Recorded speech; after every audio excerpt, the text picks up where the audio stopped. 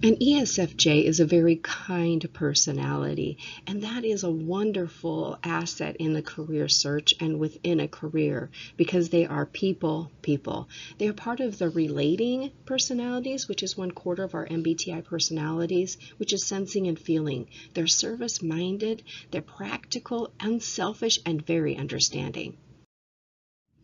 So these kind of people are warm-hearted, conscientious, cooperative, and they really need harmony. They're going to do whatever it takes to create harmony in their work environment. And if they do not have that harmony, it creates an incredible amount of frustration and angst for them. And you might find that they'll even walk away from a job because they cannot handle the conflict.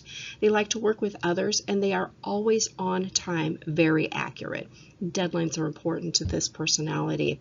They're loyal, they follow through in small matters, and they notice what others need in their day-to-day lives, and so they're going to provide methods to really aid other people.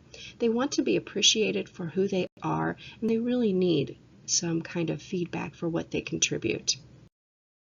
Their potential strengths are that they have ability to set up some very effective procedures. They are great process engineers because they are decisive and they maintain and preserve what already works.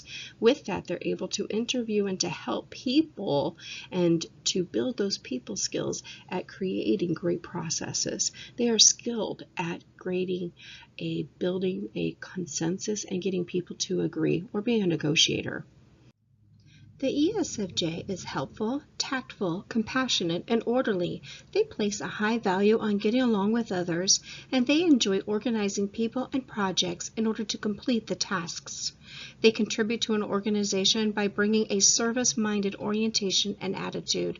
They pay close attention to persons' needs, and they desire to please. They will complete their tasks in a very timely and accurate way. They respect rules and authority, and they handle the day-to-day tasks and operations with efficiency. Their leadership style is one that is personal attention. They give great attention to others, and that's how they lead. They will gain cooperation through relationships and keep people well informed. They set an example of hard work and follow through. They will uphold organizational traditions. Their problem-solving approach is one in which it considers values and the impact on people, as well as pertinent facts and useful ideas.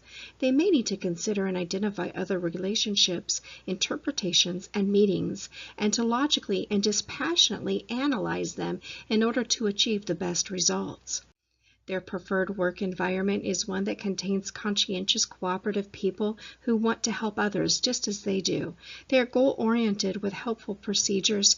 They want to be rewarded for their organization and their efficiency. They encourage friendships, appreciate others. They're outgoing, and they foster interpersonal sensitivity and caring. They are going to include both facts and values within their work environment.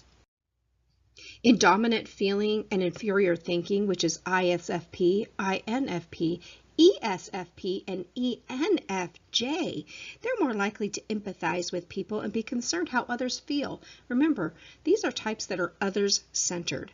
They allow for extenuating circumstances, and they like to know what is really important. They appreciate each other's contributions. However, in stress, they stop listening to others, and they're even going to ignore the needs of others.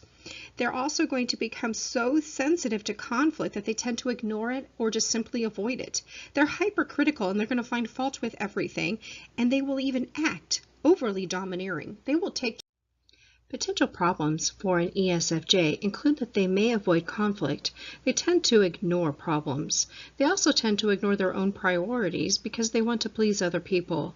And at times they're going to prescribe what is best for others or an organization because they're making an assumption. They may not always take time to step back and be objective and to see the bigger picture. Some ways in which they can develop themselves is to learn how to pay attention to differences and especially how to manage conflict. They need to factor in their personal needs and their wants while listening more objectively to what is really needed by the organization and others. They may need to consider logical, global implications for their decisions.